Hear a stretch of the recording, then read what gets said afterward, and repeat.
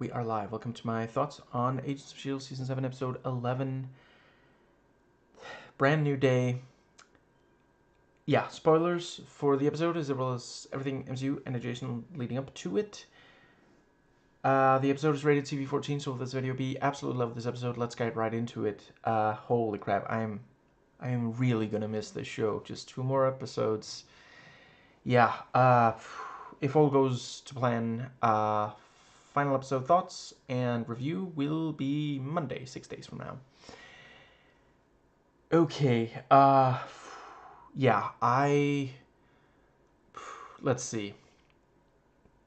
I thought that they did a really good job with Korra. I don't think I put enough,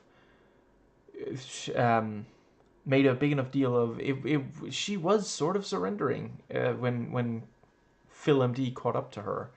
You know, she could have used her powers. She could have resisted, tried to run something. She was waiting for him. And in this one, we do find out, you know, right now she is still working for Nate. And yeah, the thing of, you know, quaking her and grabbing her by the throat, and you know, Mac had to make it a direct order for her to release Korra. And you know, yeah, she talks to Daisy by herself.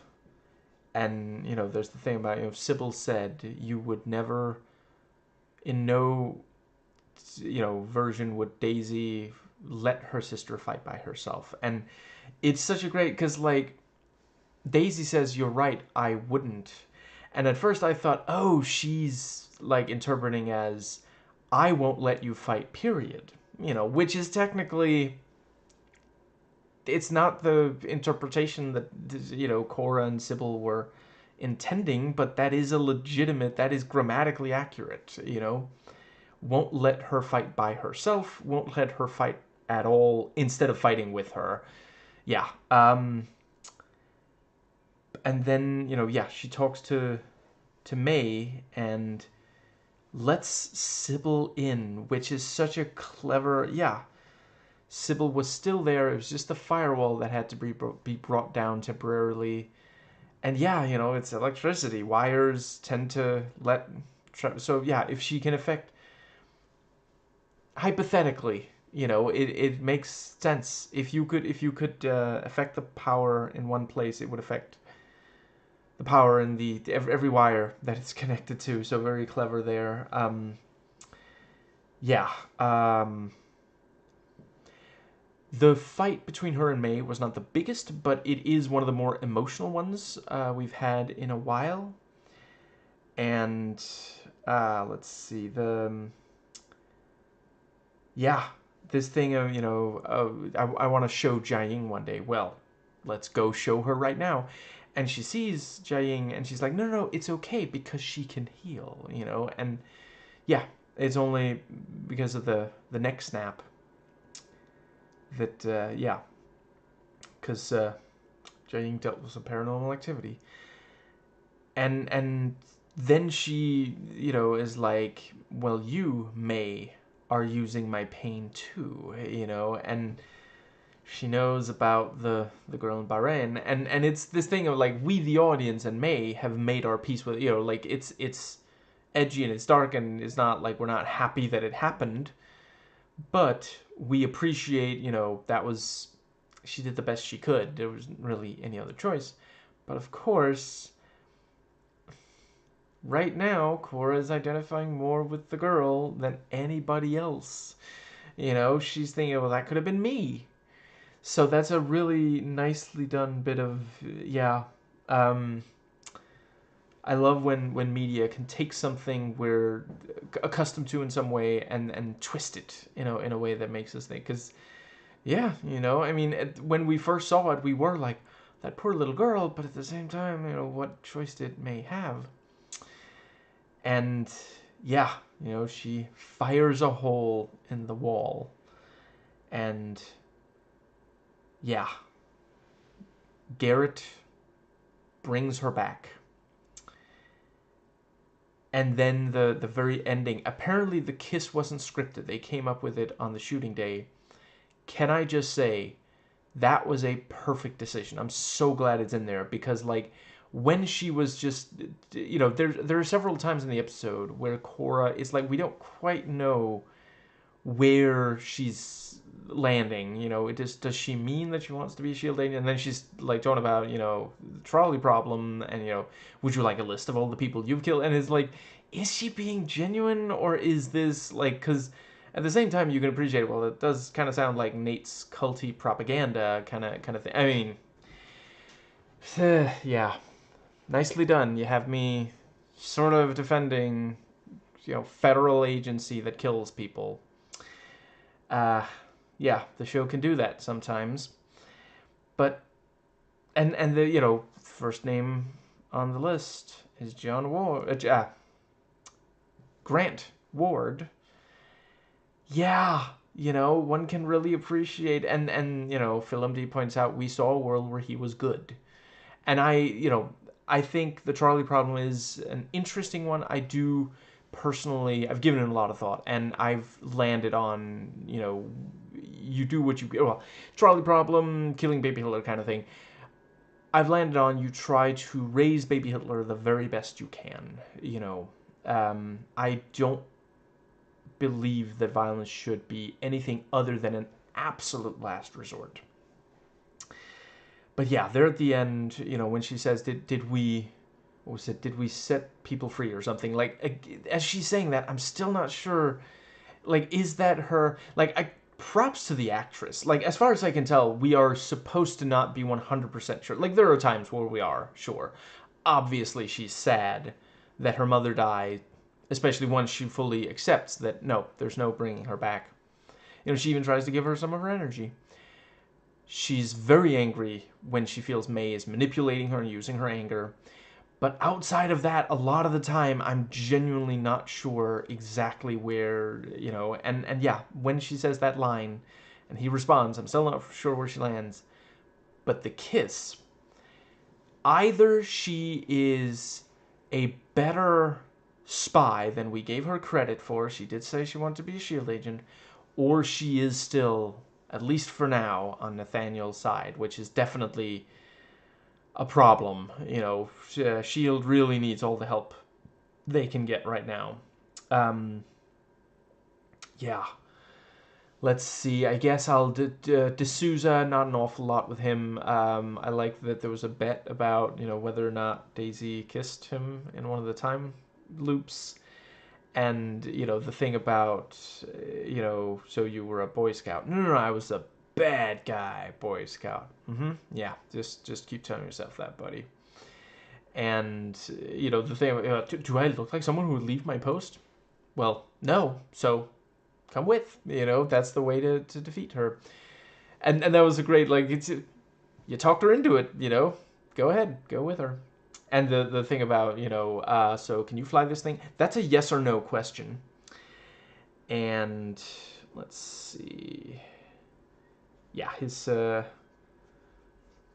let's see. I think I've said what I had about Mac talking. Yeah, Mac talks to both Daisy and D'Souza about the relationship separately. So he does want this to work out. He just wants to, and yeah. The thing, right, conserve oxygen. And it is, I do appreciate, because yeah, like, they took him away from the 50s, if I recall. Yeah, in the 50s, that was a thing. People were like, oh, wow, maybe one day, we'll actually be able to go into space. And, then for a while there was some of that, and then for a while there wasn't. And now, I don't think Elon Musk is going to be the one to bring people to space. I just do not think he has the temperament that is required for this sort of thing, So, yeah. But yeah, then, Mac has...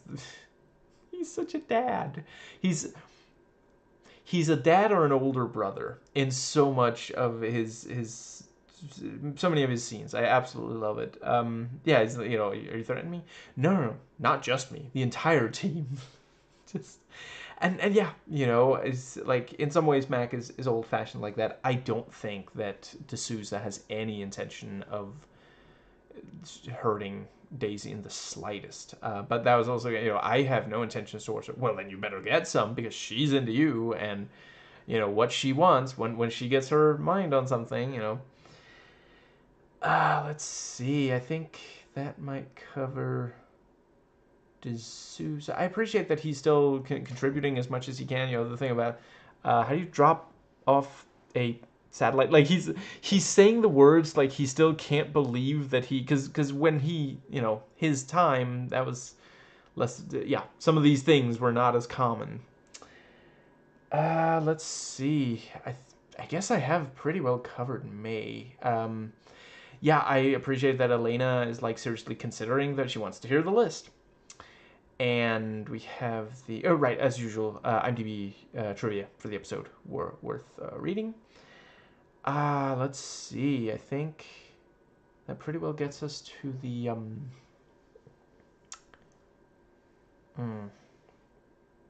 crap.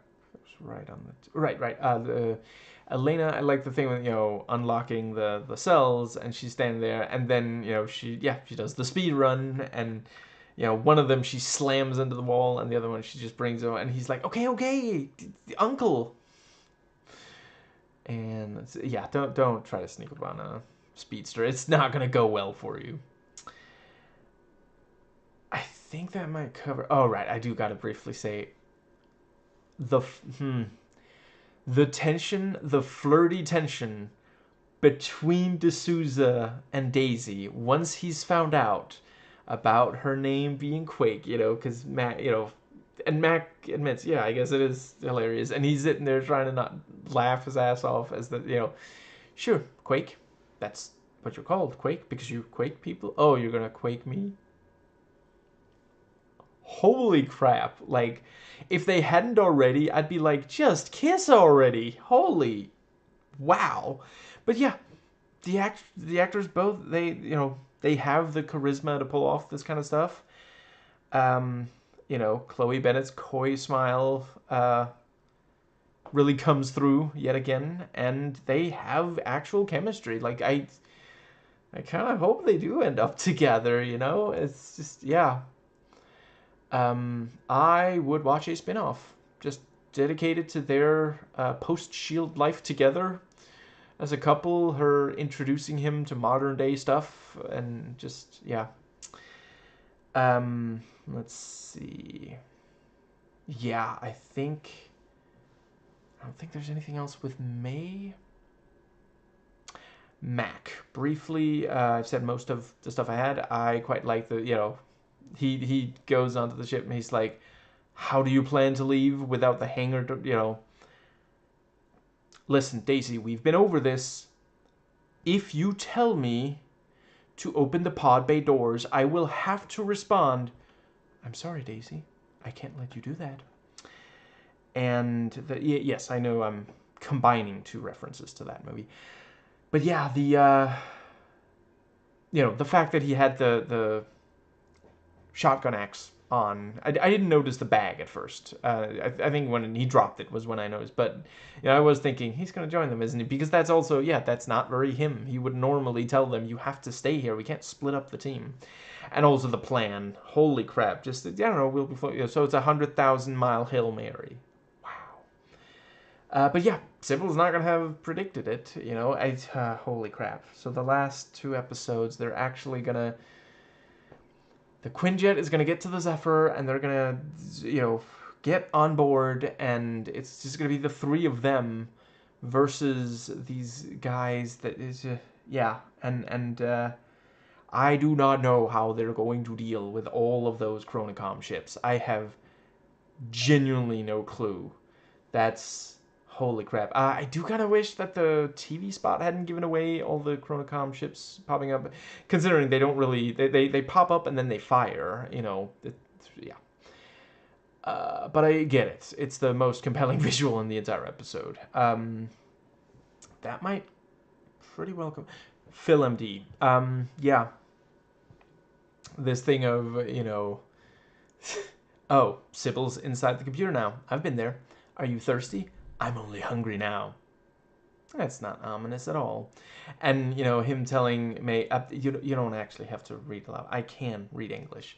And then, from a funny line turns into, can you read the code, though? You said you were inside the code, so maybe you can. And he sort of can. He can read some of it. And the thing about, I'm interrupting the aggregate data log, and those are words I didn't even say out loud until just now.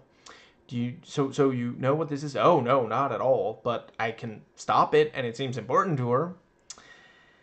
Yeah, they actually managed to take out all those shield bases. Holy crap! And good bit of the thing with good element to have them actually in contact with one of them, and then suddenly no contact, and you see at the map, communication lost, and we do see one of them get blown up. Good use of special effects there, very effective. I think that pretty well covers. I think, yeah, everything left is Zephyr, right? Because I talked enough about Daisy. I don't think I have anything else to say there. So, yeah, I'll just briefly, let's see, yeah, John happy to brutalize. That's, yeah, we've seen that side of him before. And yeah, it was pretty funny that, I guessed that maybe they were going to do Die Hard on a jet plane.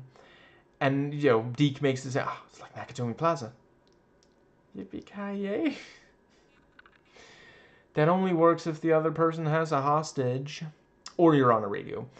But, yeah, fun bit of subversion. I genuinely did think maybe it's going to be... Because, like, Deke could do it, He does have, like, the street smarts to He would have done it in the future. But, yeah, I mean... let's see, I can imagine the ship probably has some sort of, like,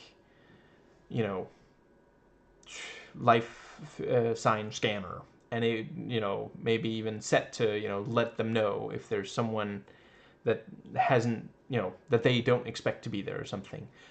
Incorrect. There are more passengers. Where is the other passenger? And let's see, I think that does cover yeah, it was also very interesting that Cora shot one of the, it's like, oh, these are the people that Nate is saving, and then she kills him, and it's like, where did she land? Nobody knows. And let's see, I think that does bring us. So there's some really obvious ones I want to talk about. I do just briefly want to note. I already knew that.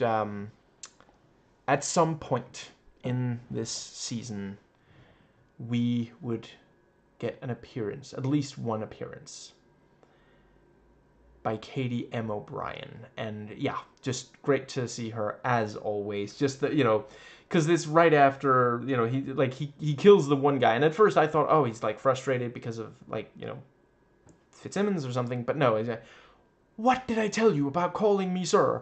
And I just want there to be an outtake where Katie M. O'Brien is like, well, here's the chronocoms, sir. I mean, but yeah, just, it's brief, but in her face and her eyes, she's like, right, this is the guy I'm working for, huh?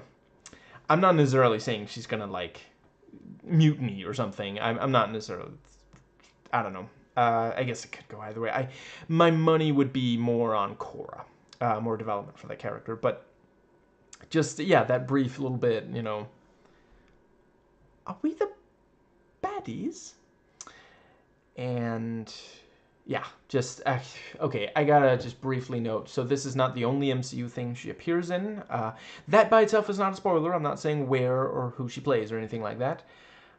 She was also in something Star Wars. She was very recently in Mission Impossible 8, Final Reckoning, yeah, she's always so good yeah, always happy to see her pop up in something. Um, I think that might. I feel like there was some other.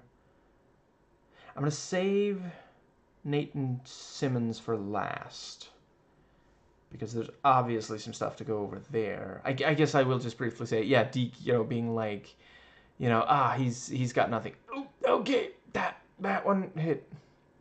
And then, Simmons jumps up like, and she's like, "Are you okay?" He's like, "Am I okay? Are you okay?" And the thing, front row seats to the greatest show on earth. Calm down, Baz Luhrmann. And I think that does pretty well leave. So yeah, at first, yeah, genuinely clever and God, we already hated Nate, but you're gonna hit Simmons in the face and draw blood. Okay, whoa, dude. You don't know what show you're on. This is not going to end well for you. Things do not go well for it. Yeah. Ask Grant Ward how it goes when you, and that was also great. Like, I already have a sister save. Her name is Gemma Simmons. But yeah, he tries physical force, then he, you know, tries physical force against Deke, and then he threatens Deke with hurting, and that was also, yeah, I mean, the thing he suggests, put her in a coma and root around in her brain.